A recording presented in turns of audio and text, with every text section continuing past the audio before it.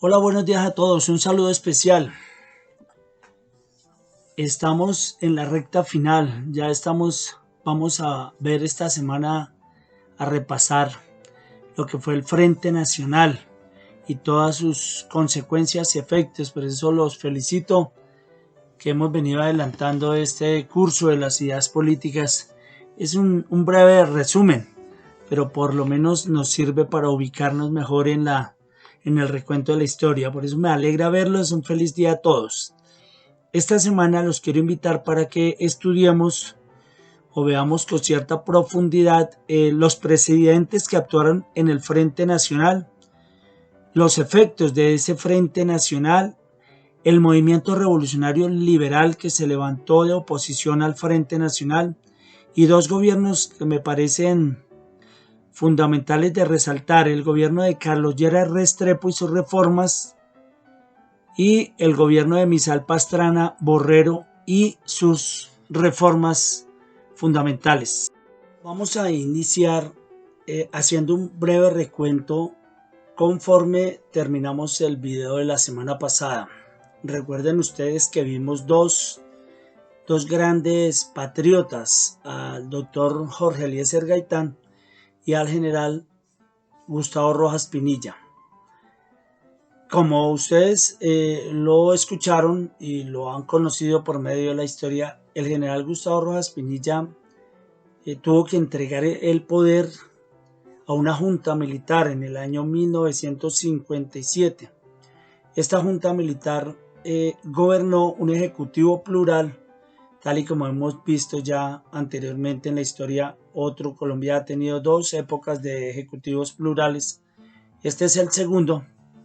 La Junta Militar, 5 generales de la Armada y del Ejército Nacional ejercieron el Ejecutivo por un año para hacer transición nuevamente a la clase política. Esto en virtud de que los mismos que al general Gustavo Rojas Pinilla le entregaron el poder, ellos mismos levantaron las manifestaciones en contra de el gobierno del general Gustavo Rojas Pinilla. Por cierto, un gobierno, como lo vimos, con todos los resultados políticos y sociales a su favor. Pero nuevamente el doctor Alberto Lleras Camargo, liberal, y el doctor Laureano Gómez Castro, conservador, se pusieron de acuerdo desde el sitio en el que se encontraba Laureano Gómez en España para conformar un acuerdo político tradicional, un acuerdo político entre las castas políticas tradicionales, liberales y conservadores. Esto en virtud a que el Estado y el gobierno para ese entonces de la Junta Militar ya estaba en un caos, estaba en una crisis, había un conflicto interno agudo. Recuerden ustedes que finalizaba el Bogotazo, las guerrillas desde los llanos orientales del Tolima se habían levantado en oposición al gobierno, pese a que fue el gobierno de Gustavo Rojas Pinilla quien ofreció las amnistías y logró conseguir la paz, pero la clase política tradicional necesitaba que se levantara nuevamente esas guerrillas en contra del gobierno para poder arrebatarle el gobierno al general Gustavo Rojas Pinilla. En virtud de eso, estos dos presidentes liberales y conservadores se pusieron de acuerdo para volver a asumir el control del gobierno en esta oportunidad en lo que se llamó el Frente Nacional, alternando entre liberales y conservadores. 4 años uno, 4 años el siguiente. Es decir, que la identidad política por la cual los políticos tradicionales habían hecho matar físicamente al pueblo colombiano, unos por el trapo rojo o la ruana roja y otros por la casaca azul. Esas guerras intestinas entre partidos políticos se había agudizado tanto desde la guerra de los 1000 días. Recuerden ustedes la muerte del general Rafael Uribe, la muerte, la situación de las bananeras, el tema de la muerte del doctor Jorge Eliezer Gaitán, y todo esto había agudizado la guerra bipartidista. Por esta razón se pusieron de acuerdo los dos los dos partidos políticos e iniciaron a alternar el poder entre liberales y conservadores. El doctor Alberto Lleras Camargo fue quien inicia desde el Partido Liberal el primer gobierno del Frente Nacional, un liberal. En este gobierno, en el año 1961, intentó hacer una reforma agraria que tampoco tuvo los mejores resultados. El doctor Alberto Lleras Camargo, de su biografía se resalta el gran empuje que le dio a la política internacional. Bueno, y a pesar de haber conformado también el Frente Nacional, pero él fue uno de los pioneros en la Organización de Estados Americanos, en la OEA. Recuerden ustedes que fue en la 9ª conferencia porque donde se inició a conformar esta Organización de Estados Americanos, en la cual no permitieron la invitación al doctor Jorge Eliezer Gaitán. Fue Alberto Lleras Camargo posteriormente, en su periodo presidencial, quien le da nacimiento a la OEA. Luego sigue un conservador, el doctor Guillermo León Valencia, del año 62 al 66. Ya en el año 66, Guillermo León Valencia tiene que acudir a las fuerzas militares para iniciar unos golpes contundentes en contra de las guerrillas, que para este año ya no eran las mismas guerrillas liberales por las cuales se inició todo ese fenómeno de las guerrillas, que en un comienzo se llamaron las autodefensas campesinas. Ya no eran esas guerrillas liberales del movimiento revolucionario liberal que había levantado y fundado, entre otras, el doctor Alfonso López Michelsen. Ahora, para este entonces, en el gobierno de Guillermo León Valencia, ya esas guerrillas se habían transformado en liberales del Partido Liberal a guerrillas comunistas, con todo el respaldo del Partido Comunista Colombiano, el PCC, y en todo el auge de los movimientos comunistas en el mundo entero, y entre ellos en China, que repercutió bastante, y en Cuba, que también repercutió las guerrillas comunistas aquí en Colombia. Fue Guillermo León Valencia quien tuvo que levantarse con el ejército nacional y constitución para iniciar a disminuir ese gran auge y poder que las guerrillas iniciaban desde este periodo presidencial a levantarse y a generar toda su poder en las regiones. Posteriormente asume el presidente Carlos Lleras Restrepo, de quien vamos a resaltar algunas reformas que él quiere como liberal volver a coger y poner en práctica lo que llamó a Alfonso López Pumarejo la revolución en marcha. Vamos a resaltar algunos aportes de su administración. Y finaliza el Frente Nacional, el doctor Misael Pastrana Borrero, padre del presidente Pastrana, Pastrana Arango, Andrés Pastrana, y vamos a resaltar dos hechos que no son tan elogiosos en la presidencia de Misael Pastrana Borrero. En esta tercera diapositiva quiero referirles los efectos de ese Frente Nacional. Frente Nacional que se conoció así por la alternancia de los dos partidos políticos tradicionales en el poder, que inicia en el año 1958 y va hasta el año 1970.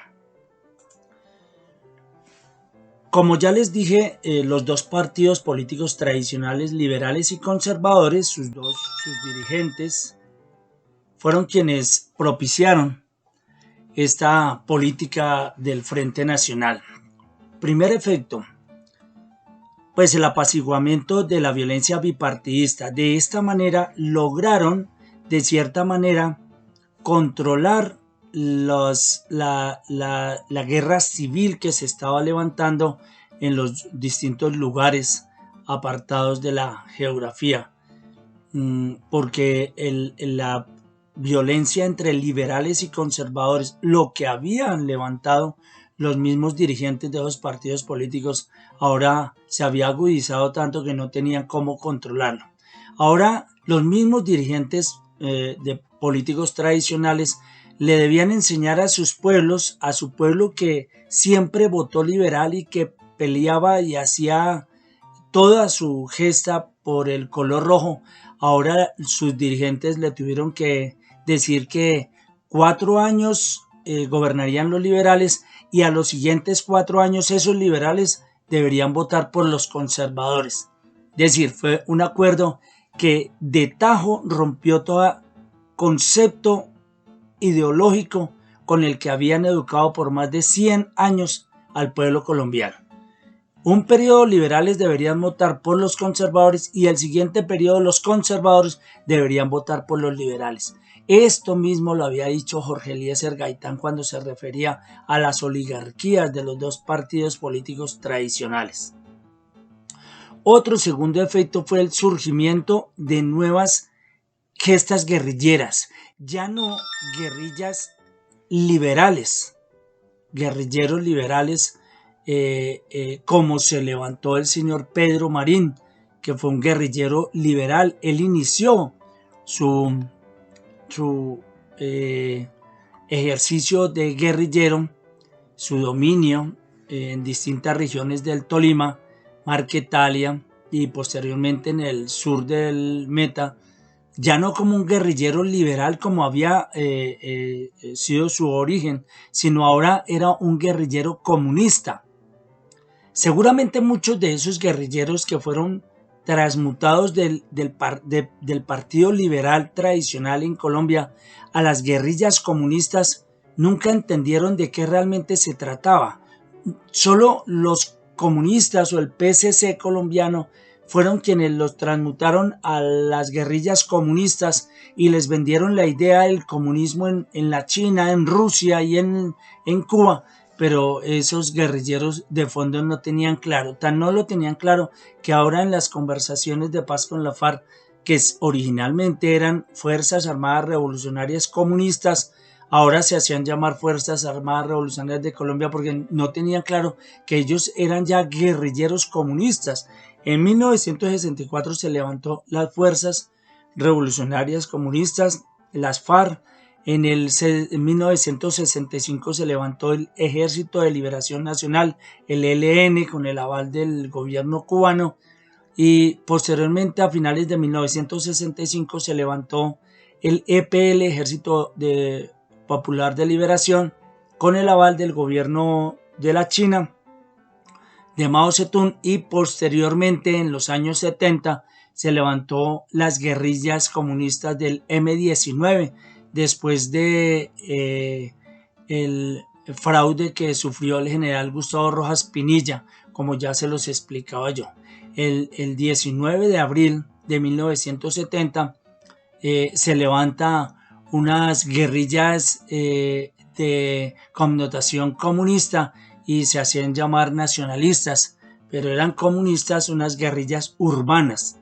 Igualmente se levantaron muchos movimientos guerrilleros como el Quintín Lame del Cauca, unos guerrilleros que se levantaron y le pusieron el elogioso nombre de ese gran líder indígena, Quintín Lame, se lo pusieron a un frente guerrillero de estos, como el Ricardo Franco, que también salió del M-19, como el MOIR, como la Corriente de Renovación Socialista, como muchos grupos guerrilleros, muchas corrientes guerrilleras se levantaron a lo largo y ancho del país. En todas las regiones apartadas del país existían grupos de guerrilleros ya comunistas respaldados por el gobierno de Cuba y al mismo tiempo respaldados por el gobierno de Rusia en el momento de la URSS, la Unión de Repúblicas Socialistas.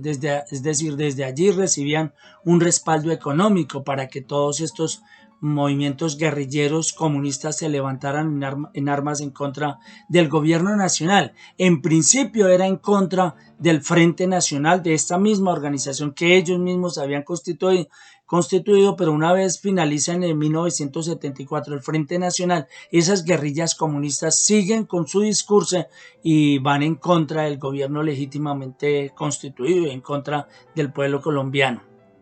Se agudiza la crisis económica para esta fecha por todas estas dificultades de la guerra que conllevaba el gasto del Producto Interno Bruto y demás.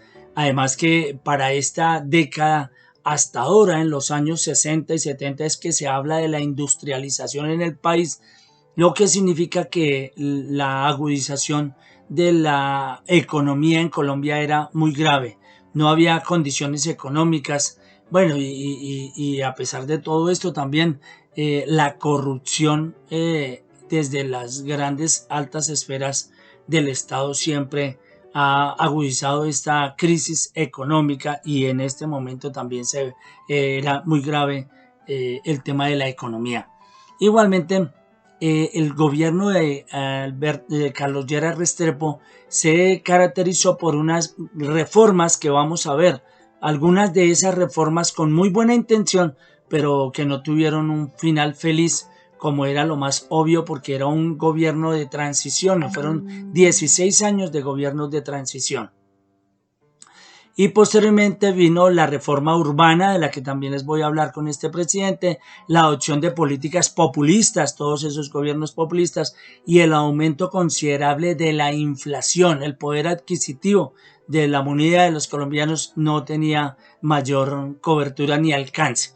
Por estas fueron las circunstancias o los efectos del Frente Nacional. El país nacional, el país social, perdió el norte político, la identidad política, y ninguna de las dos clases dirigentes políticas, ni liberales ni conservadores, dieron la claridad o dieron la gobernabilidad que para el periodo histórico se hubiera requerido. Por eso siguió después del Frente Nacional la guerra interna, el conflicto interno, la guerra intestina. Los guerrilleros comunistas se levantaron en contra del gobierno y del Estado legítimamente constituido, en contra de los mismos colombianos. Eso fue uno de los más grandes efectos del Frente Nacional. Cuarta diapositiva. Quiero puntualizarle respecto de dos movimientos políticos colombianos de oposición a ese Frente Nacional. Es decir, en dos grandes movimientos políticos se organizó la oposición a ese Frente Nacional y en sí pues el pueblo en general y la opinión a nivel internacional vieron este acuerdo del Frente Nacional como un atropello de la misma política. Fue obligar a los colombianos liberales de tradición votar por conservadores y obligar a los conservadores votar por liberales. En especial por haber sido esas las razones de una guerra civil interna, intestina, por más de 100 años, en la que los partidos políticos tradicionales habían hecho incurrir al pueblo colombiano. Esa fue una de las grandes frustraciones de este pacto de acuerdo que hicieron los partidos políticos tradicionales. El primero se llamó el Movimiento Revolucionario Liberal, fundado por el expresidente Alfonso López Michelsen, hijo de Alfonso López Pumarejo. López Michelsen crea desde las bases del Partido Liberal Colombiano, los moderados, crea este movimiento revolucionario liberal de oposición, fundamentalmente de oposición a la constitución del Frente Nacional. Como pueden ver ustedes, fueron los mismos, como lo decía en palabras del doctor Jorge Eliezer Gaitán, fue la misma oligarquía liberal quienes le dieron nacimiento a este movimiento revolucionario liberal. De allí se levantan unas guerrillas de los llanos orientales, se levantan unas guerrillas de los Santanderes, del Tolima, de Marquetalia en particular, que es de donde surge en las FARC, entre otras regiones del sur del Tolima.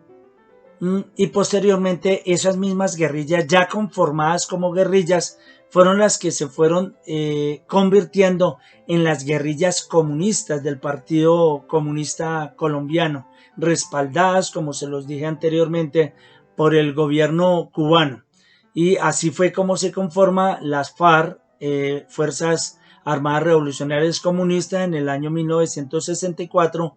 En ese mismo año se conforma el Ejército de Liberación Nacional con el respaldo del gobierno cubano, y en el año 1965 se conforma el EP, el Ejército de Liberación Popular, con el respaldo del gobierno chino maoísta.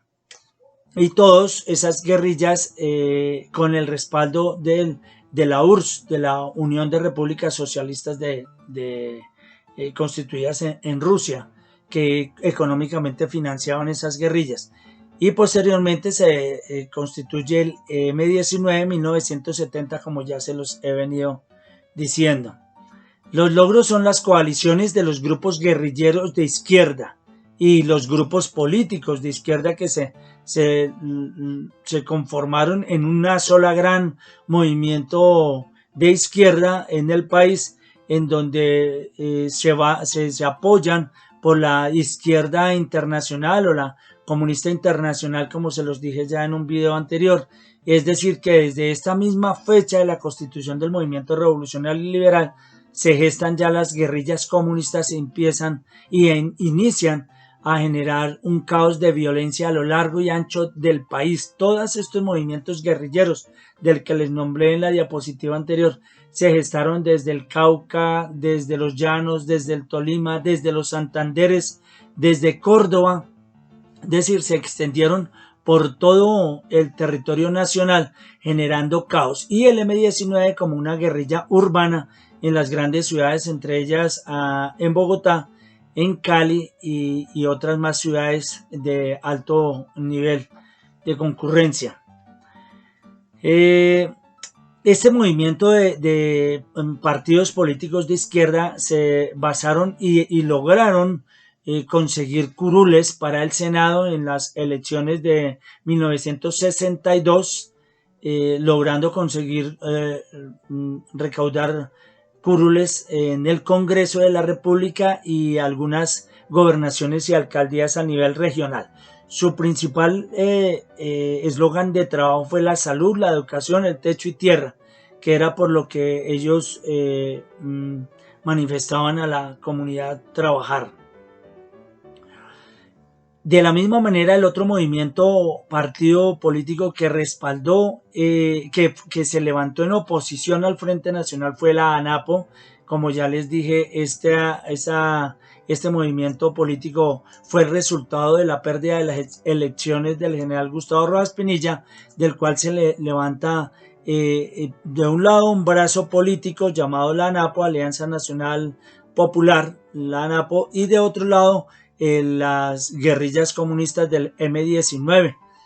Muchos de esos líderes del M-19 salidos de la JUCO, Juventudes Comunistas, y salidas de las mismas FARC que desde 6 años atrás ya se habían constituido. La mayoría de los dirigentes y líderes de la ANAPO y del M-19 ya habían pertenecido a las FARC en tiempo pasado, en sus orígenes. Como un partido político colombiano en la que varios de sus dirigentes militaron e hicieron parte a los partidos de izquierda, entre ellos el Polo Democrático y el movimientos progresistas que hoy en día se dan a conocer. El Partido Comunista Colombiano y otros elementos más radicales utilizarían el movimiento revolucionario liberal y la ANAPO para irse en contra y generar una oposición a lo que fue el Frente Nacional. Esta en sí fue la terminación del Frente Nacional con el gobierno de Misael Pastrana Borrero en el año 1974. Los logros, vamos a ver en 2 diapositivas algunos logros y algunas de las más grandes desafueros políticos durante este Frente Nacional. En esta quinta diapositiva vamos a referir temas que ustedes ya han venido conociendo a lo largo de este estudio de las ideas políticas, y nos referiremos a las políticas keynesianas de Carlos Lleras Restrepo y su reforma. Ya son temas que ustedes deben manejar porque los estuvimos viendo muy a profundidad. En primer término, para Carlos Lleras Restrepo, el Estado debería ser un interventor en todas las actividades económicas, especialmente que se generaban en beneficio de la comunidad. Por eso, en este gobierno de Carlos Lleras Restrepo se promovieron algunas leyes de explotación industrial o empresarial públicas y privadas. Es decir, que a partir de esta década, después del año 1962, que es el gobierno de Carlos Lleras Restrepo, se puede iniciar a hablar de la reforma industrial. No como los países en Europa que iniciaron la reforma industrial desde el siglo XIX, como ya lo vimos. Lo mismo hizo los Estados Unidos. Para nosotros hubo 100 años más o menos de retardo para iniciar esta reforma industrial y empresarial, pública y privada. Eso lo inició Carlos Lleras Restrepo con el fin de racionalizar la producción, distribución y consumo de riquezas, que fue el gobierno de Carlos Lleras Restrepo. Se caracterizó porque quiso volver a poner en práctica las políticas de Alfonso López Pumarejo con su eslogan "La revolución en marcha", y muchas de sus propuestas se llevaron a cabo en este gobierno o se continuaron en este gobierno de Carlos Lleras Restrepo. Segundo, para este gobierno la propiedad es una función, debe cumplir una función social. La propiedad, y especialmente la propiedad de las tierras, porque este país ha sido de tradición agraria, y para esta fecha que estamos hablando, la década de los años 60, el país era eminentemente rural, y el campo era uno de los factores de los renglones de la economía. Como ya lo hemos venido viendo, el banano, un gran productor de la economía, el algodón, el sorgo, y la ganadería iniciaba su fortaleza para ese periodo. Lo que significa para Carlos Lleras Restrepo, esa propiedad, esas grandes emporios de economía debían cumplir una función social, una obligación de función social que beneficiara a las comunidades.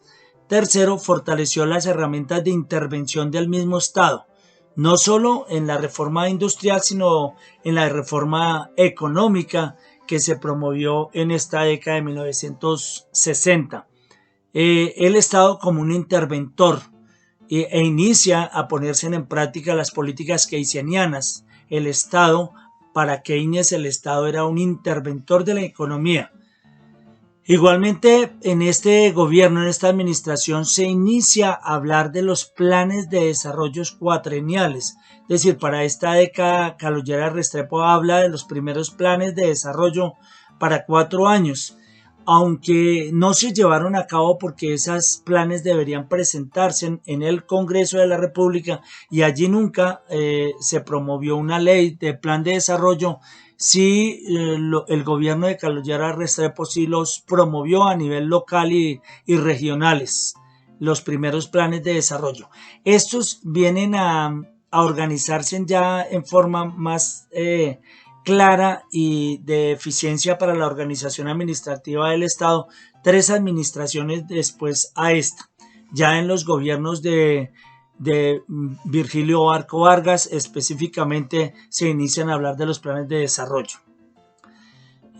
Quinta, se inicia a hablar de la descentralización administrativa. Carlos Lleras Restrepo inicia a organizar el Estado administrativamente e inicia a darle más autonomía a las regiones, a los departamentos, a los municipios, a las comisarías. Para eso entonces todavía existían. Y lo mismo que organizó los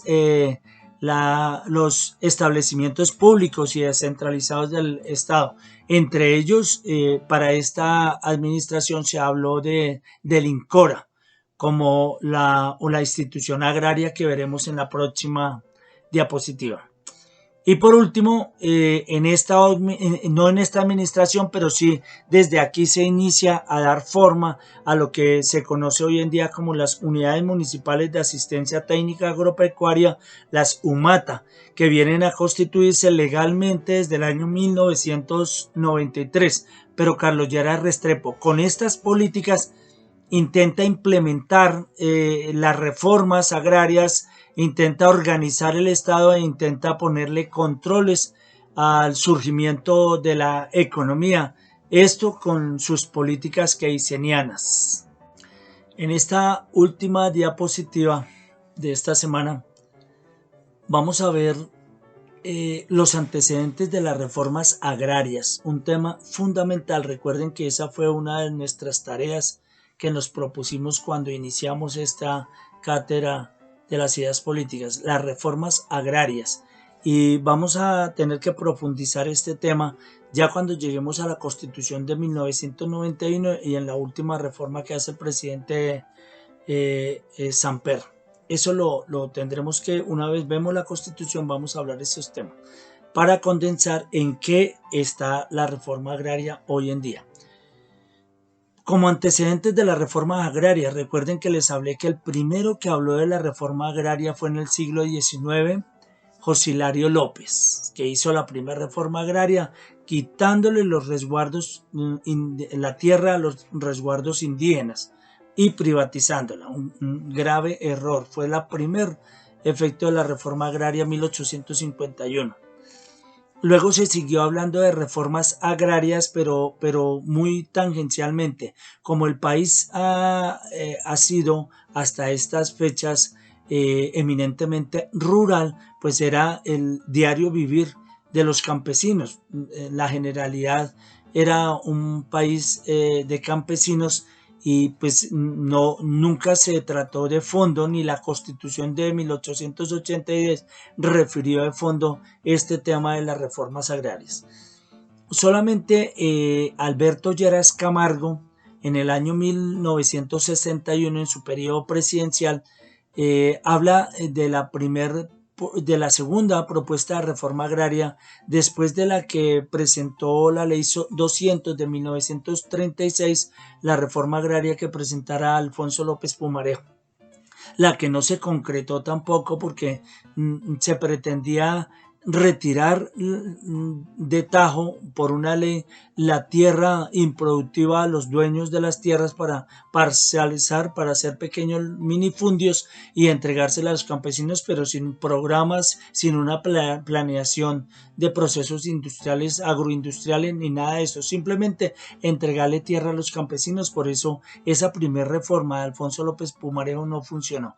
En 1961, Alberto Lleras Camargo presenta una segunda reforma en la que concreta la entrega de tierras a campesinos, pero sin insumos, sin capital semilla, sin herramientas, sin seguridad social para los campesinos y mucho menos sin la comercialización de sus productos. Simplemente la entrega de algunas parcelas a algunas personas, habitantes del campo, sin ningún desarrollo ni programa de desarrollo. Posteriormente, Carlos Lleras Restrepo habla de una tercera, ya con esta cuarta reforma agraria, que la condensó en la Ley Primera de 1968, en la que proponía dotar de tierras a arrendatarios y a parceros. Es decir, no para todos los campesinos, no con la generalidad que se necesitaba para los campesinos, sino simplemente para arrendatarios, para quienes tenían la tierra como en calidad de tenencia, como arrendatarios, o para parceros de quienes tenían grandes extensiones de tierra y explotaban la tierra como a parcería, bajo el acompañamiento del Estado, solo para estos dos grandes sectores de la comunidad, no para la generalidad de los campesinos. Y esta reforma, Carlos Lleras Restrepo la apoyó desde lo que se conoció como la Asociación Nacional de Usuarios Campesinos, la ANUC, que pues, posteriormente a esta propuesta, la ANUC se inclinó a la ideología política de izquierda, y todos esos procesos de intenciones de reformas agrarias se frustraron por intereses particulares de algunos que creyeron adueñarse de estas propuestas para adueñarse de las tierras para posteriormente venderlas o subvenderlas o explotarlas. Por eso esa ANUC nunca tuvo una muy buena acogida, a pesar de que la ley 160 de 1994, que hablaremos en su tiempo, los acogió y les dio una función en esa reforma agraria. Pero además de adueñarse de grandes extensiones de tierra y esperar que el Estado les comprase para generar minifundios, no fue más el aporte de las ANUC, y posteriormente a este gobierno de Carlos Lleras Restrepo se truncó todo ese proceso de reforma agraria por la politización de la tierra. No se propusieron herramientas para entregar las tierras a los campesinos. En esa reforma se omitió el componente mayoritario de los campesinos para la entrega de tierras. Como ya les dije en el video anterior, Carlos Lleras Restrepo fue quien descentralizó el Estado con los institutos, la creación de algunos institutos, entre ellos el INCORA, Instituto Colombiano de Reforma Agraria. Esta reforma, más la reforma de Alberto Lleras Camargo, fue lo que impulsó una contrarreforma. Es decir, siempre entre liberales y conservadores se han lanzado la pelota, y nunca ninguno de los dos partidos políticos ha propuesto las verdaderas reformas agrarias que el campesino necesita. Es que el campesino no solo necesita las tierras, necesita los proyectos, necesita la herramienta, necesita el capital semilla, necesita las vías de infraestructura de acceso para sacar sus productos a las grandes ciudades, necesita la gestión de comercialización de sus productos. Eso es lo que necesita la seguridad social. El campesino necesita también la seguridad social, que la actividad en el campo se genere como una actividad laboral, con todas las prestaciones y demás que requiere una actividad agroindustrial, que es lo que no se ha hecho. O se les entrega tierra, no se les da capital semilla, no se les comercializa, no se le dan las garantías laborales. Bueno, una reforma agraria compleja y completa en todos sus componentes es lo que verdaderamente necesita el campesino, que esa va a ser nuestra propuesta, y creo que nuestro examen final en la culminación de nuestro estudio de las ideas políticas. Hasta donde vamos en 1966, que finaliza el gobierno de Carlos Lleras Restrepo, se genera una expectativa de reforma agraria que viene a truncarse en el gobierno de Misal Pastrana Borrero de 1970 a 1974. Es decir, se levanta una reacción latifundista. Los grandes dueños de las grandes extensiones de tierra vieron que estas reformas en algo les iba a afectar sus grandes emporios económicos, y ferozmente se opusieron. Por eso el gobierno de Misal Pastrana Borrero los facultó con la ley cuarta de 1973, que se conoce como el Pacto de Chicoral, porque fue allí en Chicoral, Tolima, donde se firmó, y la que introdujo una serie de modificaciones y reformas a la ley 135 de 1961, la propuesta de reforma de Alberto Lleras Camargo, y a la ley primera de 1968, la propuesta de reforma de Carlos Lleras Restrepo.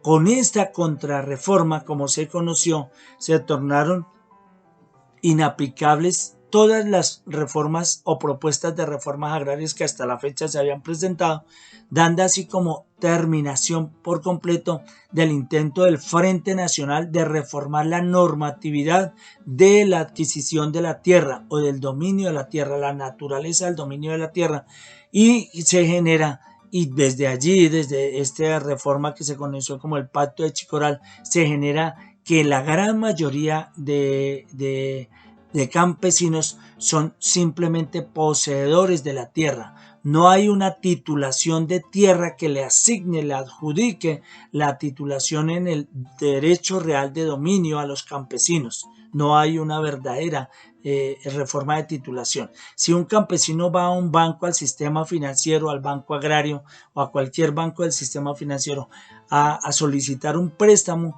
pues lo primero que le van a pedir son los documentos de título real de dominio de sus tierras. Como no los tiene, hasta ahí se queda truncada todo el proceso de desarrollo. Por eso el campo no ha tenido las mejores políticas de desarrollo agroindustrial, de proyectos, de grandes proyectos alimenticios, que es nuestro fuerte. A pesar de todo esto, ya estamos superando esta pandemia del COVID-19 y pudimos notar que nunca hubo déficit de alimentación en las plazas de mercado, porque a pesar de todo ese atropello que se ha tenido contra los campesinos, el campesinado en Colombia siempre ha trabajado en función de producir los alimentos. ¿Qué los ha dañado? Que no ha tenido un Estado, un gobierno que desde el Estado le genere las políticas de desarrollo en beneficio de ellos, e igualmente que los intermediarios son los que se quedan con la gran mayoría de ingresos y riquezas de los productores del campo. Por último, ya para despedirnos por esta semana, les quiero dejar como un cuestionamiento individual. Recuerden ustedes que cuando iniciamos nuestro estudio de historia de las ideas políticas nos propusimos al finalizar hacer una reforma agraria, proponer el contexto, una reforma agraria que maneje transversalmente todas las problemáticas que aquejan al campesino en Colombia, que no solo es la tierra, además de la tierra, el capital semilla, la herramienta industrializada, la infraestructura de acceso, vías de acceso, centros de educación, centros de salud, centros de acopio, la misma comercialización de sus productos, la tecnificación de sus productos. Es decir, debemos pensar en la propuesta de una reforma agraria integral que maneje todos estos temas transversales que competen a una persona en el campo, con todas las garantías laborales, todos los derechos laborales de trabajar una jornada laboral que conlleva y que contrae todos los riesgos. Ese es nuestro compromiso. Nuevamente los invito, no les había hablado de la reforma agraria, pero a partir de ahora ya estamos entrando a la década de los 80, ya se nos viene el estatuto de seguridad, se nos viene el inicio de los procesos de paz con Virgilio Barco Vargas y se nos viene la apertura económica con Gaviria. Y ahí finaliza este periodo, hasta ahí va una historia, porque iniciamos a ver la conclusión de nuestro estudio, que nos va a conllevar un tiempo más extenso, hablar de la Constitución del 91, de la apertura política y de los partidos políticos que realmente están trabajando en función de los ciudadanos, que trabajan en función de los intereses colectivos del ciudadano. Y además de eso, vamos a concluir con una propuesta de texto de reforma agraria. Para eso los invito a todos los profesionales que nos han venido acompañando, todos los campesinos que desde el campo nos dan sus maravillosas ideas, y todo el que quiera participar aquí, bienvenido es, abiertas las puertas. Vamos a iniciar a concretar una propuesta de reforma agraria que conlleve todos estos temas transversales de los que hemos venido estudiando. Les deseo una feliz tarde, un feliz día, esta semana que sea productiva para todos. Pasen un feliz día, muchas gracias.